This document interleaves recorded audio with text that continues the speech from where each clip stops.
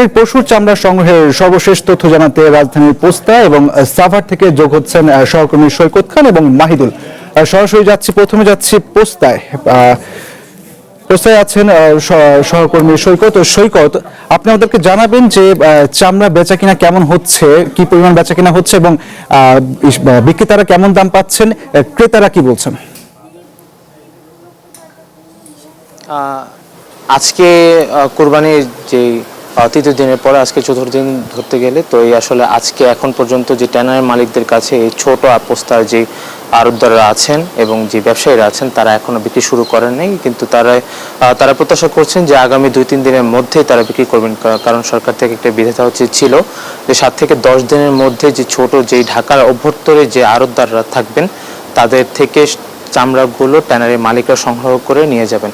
আর আপনি যে দামের বিষয়টি বলছিলেন, দামের বিষয়টি এখানে বর্তমানে সরকারের নির্ধারিত 62 থেকে 67 টাকা থাকলেও তাদের একটি আশঙ্কা রয়ে গেছে যে আসলে তারা বলছেন যে 55 থেকে 60 টাকার মধ্যে বা 50 থেকে 60 এর মধ্যেই তারা আসলে পাবেন, এর থেকে বেশি তাদেরকে দেওয়া নাও হতে পারে, এটা হচ্ছে তাদের আশঙ্কা। এবং আমি যদি তাদের এইবারে কুরবানির পরে যে মজুতের বিষয়টি একটু বলি, তাদের গতবারের তুলনায় এবারে মজুরটি একটু কম হয়েছে, কারণ তাদের একটি অভিযোগ ট্যানারি মালিকদের বিরুদ্ধে যে প্রতিবারের মতোই এইবারেও যে তাদের যে আগের বকেয়া যে টাকা পাওনা ওই টাকা পরিশোধ না করার কারণে তাদের পুঁজি সংকটের কারণে তারা তাদের কাঙ্ক্ষিত লক্ষ্যমাত্রা অনুযায়ী তারা চামড়া সংগ্রহ করতে পারেনি।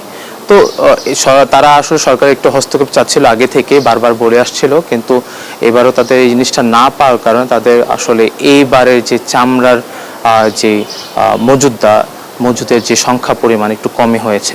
তো বর্তমানে আমি আছি রাজধানীর পোস্তার চামড়ার যে একটি আড়তের চামড়া আড়তের এখানে আমার সাথেই আছে এই আড়তের যে মালিক উনি আমার সাথে কথা বলার সময় উনি আমাকে বলছিলেন যে আসলে ওনার নানা যে অসুবিধার কথাগুলো তা আসলে একটু যদি আমি আপনাকে ওনার থেকে শোনাতে চেতাম তাহলে ভালো হতো, যদিও রাজধানীর এর থেকে আমাদের সাভার যেতে হবে। তো রাজধানীর পোস্তার যে চামড়ার যে মজুদের বিষয় এই ছিল আমার কাছে সর্বশেষ।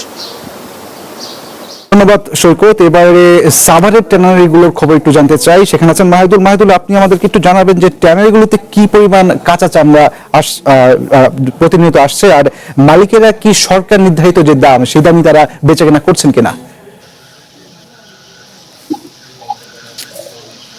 ধন্যবাদ আপনাকে। আমি এই মুহূর্তে আছি সাভারের ডিসি চামড়া শিল্পনগরীতে। আমি যে ট্যানারিতে রয়েছি এখানে কিন্তু এখনো চামড়া আসছে এবং বিভিন্ন ভাবে ট্রাকে করে কিন্তু লবণ মাখানো চামড়া আসছে, এবং এই চামড়াগুলোতে কিন্তু এখন কাটিং, বিভিন্ন অপ্রয়োজনীয় অংশ কাটিং করা হচ্ছে।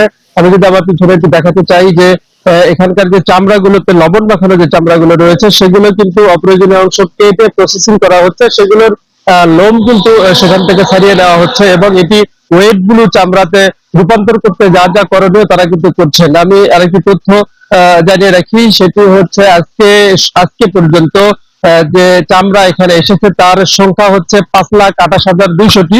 এই চামড়াগুলো প্রায় 1800 ট্রাকে করে কিন্তু এখানে এসেছে।